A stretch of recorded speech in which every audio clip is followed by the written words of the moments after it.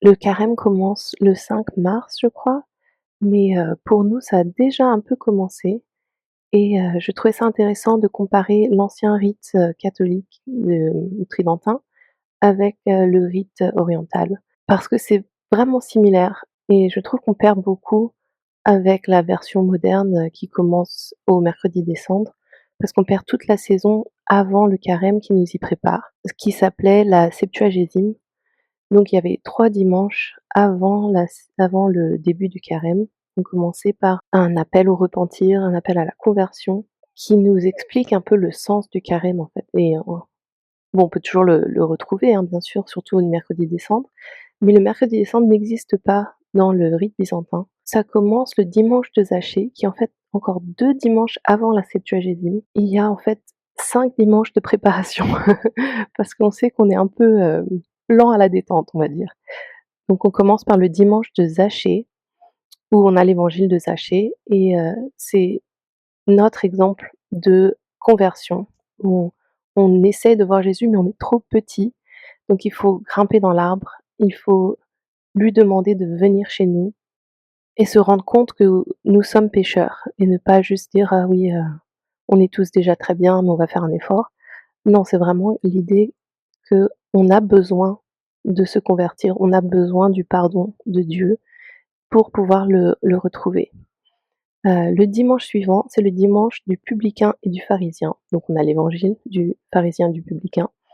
Aussi un bon rappel qu'on se prend trop souvent pour le pharisien, qui fait tout bien et qui est tellement mieux que les autres et c'est un vrai poison de penser: «Ah oui, mais moi au moins je fais pas ci ou je fais pas ça».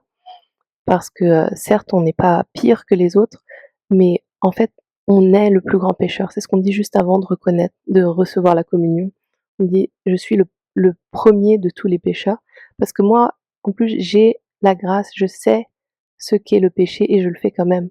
C'est encore pire que le publicain qui ne sait pas forcément tout et qui au moins est humble. Donc on prend exemple sur le pharisien, le publicain. C'est aussi une semaine qui est assez appréciée, des jeunes parce qu'il n'y a pas de jeûne justement. Donc on peut manger, c'est ce qu'on appelle nous un cheeseburger Friday parce qu'on habite aux USA.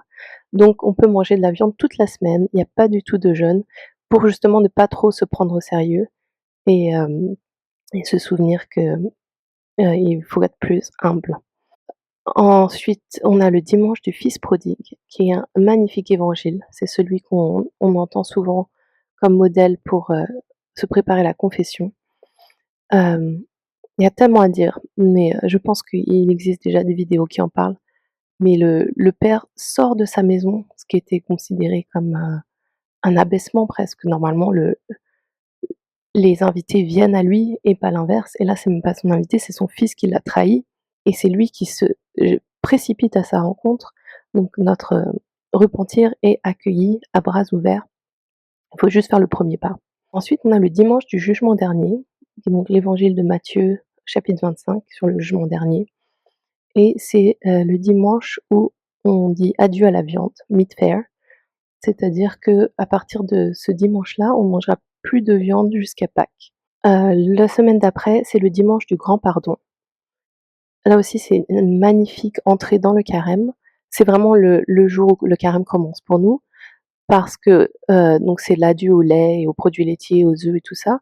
Mais surtout l'après-midi, on a les vêpres du pardon où le prêtre commence par demander pardon à chaque personne individuellement. Donc il passe une sorte de fil où il dit: «Pardonne-moi mon frère parce que j'ai péché» et l'autre lui répond: «Que Dieu nous pardonne tous les 2 mon frère» et ensuite on fait une prostration, c'est-à-dire qu'on se met à genoux par terre, on met notre front sur le sol, puis on se relève et on s'embrasse. C'est vraiment une embrassade, une accolade et on fait ça avec toutes les personnes de la paroisse. Donc ça peut prendre énormément de temps. C'est une sorte de longue file de de pardon des uns des autres.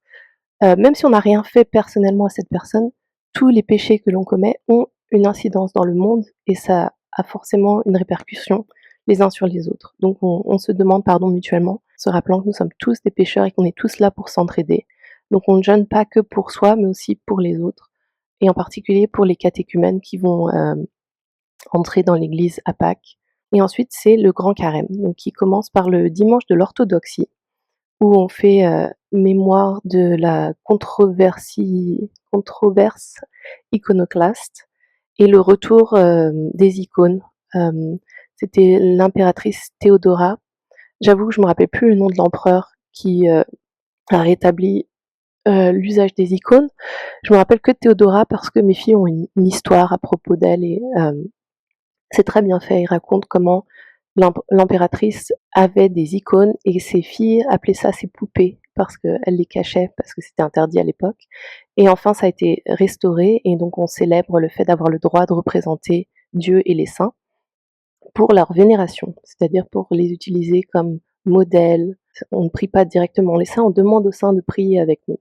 Ensuite, on a le dimanche du Grand Carême, le dimanche de Grégoire Palamas, qui était un grand hésychaste. Alors je crois que le catholicisme récent n'accepte pas trop Grégoire Palamas, mais il est quand même considéré saint dans l'Église byzantine. Et il mettait l'accent sur la prière silencieuse, la méditation.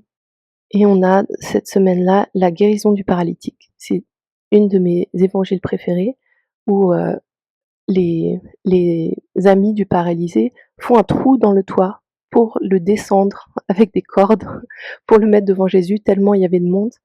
Et ça résonne chez nous parce que notre église est pleine à craquer. Et du coup, c'est vrai qu'il y a peu de place. Et aussi, c'est une belle image de comment on prie les uns pour les autres. C'est pas le paralytique qui demandait absolument à aller voir Jésus, c'est ses amis qui l'ont apporté presque de force. Et bon, après, sa foi l'a sauvé, bien sûr, mais c'est aussi la foi de ses amis qui l'a porté littéralement jusqu'à Jésus. Enfin, le troisième dimanche, qui est au milieu du carême, on a la vénération de la croix. Et c'est important de la voir au milieu du carême parce que ça nous rappelle ce qui est au centre du carême, c'est la croix, la rédemption et l'annonce en, en filigrane de la résurrection. Le quatrième dimanche, c'est le dimanche de Saint Jean Climac, Saint Jean de l'Échelle. C'est une icône qui représente la vie chrétienne où on essaie de monter à l'échelle pour aller au paradis. Non pas juste de notre propre force, bien sûr, mais par la grâce de Dieu. Mais on voit les petits moines qui tombent, qui sont tirés par les petits diables. C'est très imagé et ça montre que tout le monde peut tomber de l'échelle et il faut s'accrocher à merci, non, la miséricorde divine. Le cinquième dimanche, c'est le dimanche de Sainte Marie l'Égyptienne.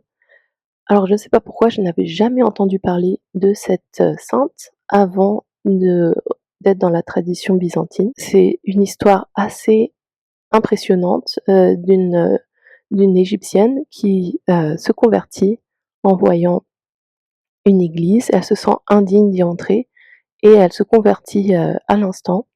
Et ensuite, elle vit une vie de repentir dans le désert. Saint Zosimas apprend son existence et il va lui porter la communion.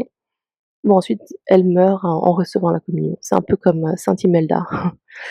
Mais c'est une belle histoire. Et il y a toute une lecture de sa vie pendant la prière du matin. Donc si on a l'opportunité de se lever tôt pour aller écouter son histoire, on peut aussi la lire en ligne bien sûr, mais c'est autre chose de l'entendre dans une église, dans la pénombre, avec les petites bougies. C'est vraiment une atmosphère propice à la prière. Enfin, on a le dimanche des Rameaux qui est l'entrée dans Jérusalem et qui est l'entrée dans la Semaine Sainte et qui marque en quelque sorte le début d'une semaine à part. Donc je ne sais pas si on la compte vraiment dans le carême parce que c'est tellement à part que je crois que chez nous, ça fait pas vraiment partie du carême. C'est un temps de seuil entre le carême et Pâques. Voilà. Et je voulais comparer ça avec la tradition tridentine parce que je trouve que c'est très parallèle. Ça commence par le dimanche de la Septuagésime avec les ouvriers de la vigne, qui est aussi un appel à la conversion, mais aussi à ne pas juger ceux qui se convertissent plus tard. Comme on dit, tant qu'il y a de la vie, il y a de l'espoir. Tant qu'on a le temps de se convertir, il n'est jamais trop tard. Ensuite, dans la sexagésime avec le semeur, les grains qui tombent sur différents types de sols et comme il est important de se libérer de toutes nos distractions pour pouvoir vraiment se concentrer sur notre conversion personnelle et sur le fait de porter du fruit. Ensuite, il y a la quinquagésime qui est l'annonce de la passion et la guérison de l'aveugle.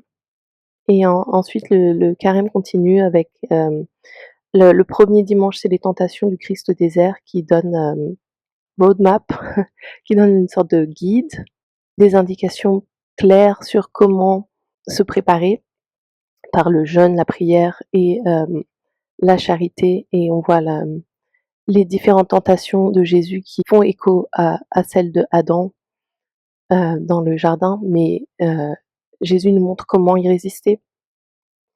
Puis on a la transfiguration. Je pense que ça correspondrait à peu près au dimanche de la croix. C'est pas vraiment au milieu du carême, mais la transfiguration, c'est aussi l'annonce de la résurrection et ce qui nous rappelle, le but de ce carême, bien sûr. Ensuite, on a l'expulsion du démon qui est à peu près l'équivalent de ce qu'on a, au dimanche de Saint Jean de l'Échelle avec l'expulsion du démon. Chez nous, on a la guérison d'un enfant possédé. Le 4e dimanche, c'est la multiplication des pains.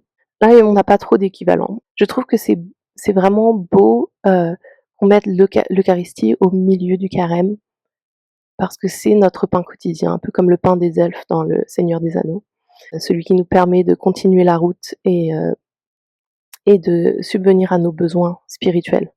Et enfin, c'est le dimanche des Rameaux et c'est le même, entrée de Jésus à Jérusalem. Et enfin, donc c'est la Semaine sainte qui commence à ce moment-là. C'était pour vous donner un résumé de ce qu'est le carême et surtout la saison qui commence avant le carême pour nous aider à entrer doucement dans cette démarche de conversion pour nous préparer à la grande fête de Pâques, la fête la plus importante de notre vie chrétienne. Je trouvais ça intéressant et voilà, je trouve qu'on a des trésors de l'Église qui sont parfois un peu perdus et atténués et je trouve ça un peu dommage de perdre toutes ces belles traditions qui étaient vraiment porteuses et j'espère que ça va vous aider pour vous préparer au carême et à Pâques surtout, puisque c'est le but de tout ce temps de carême, c'est Pâques, la résurrection. Glory to Jesus Christ.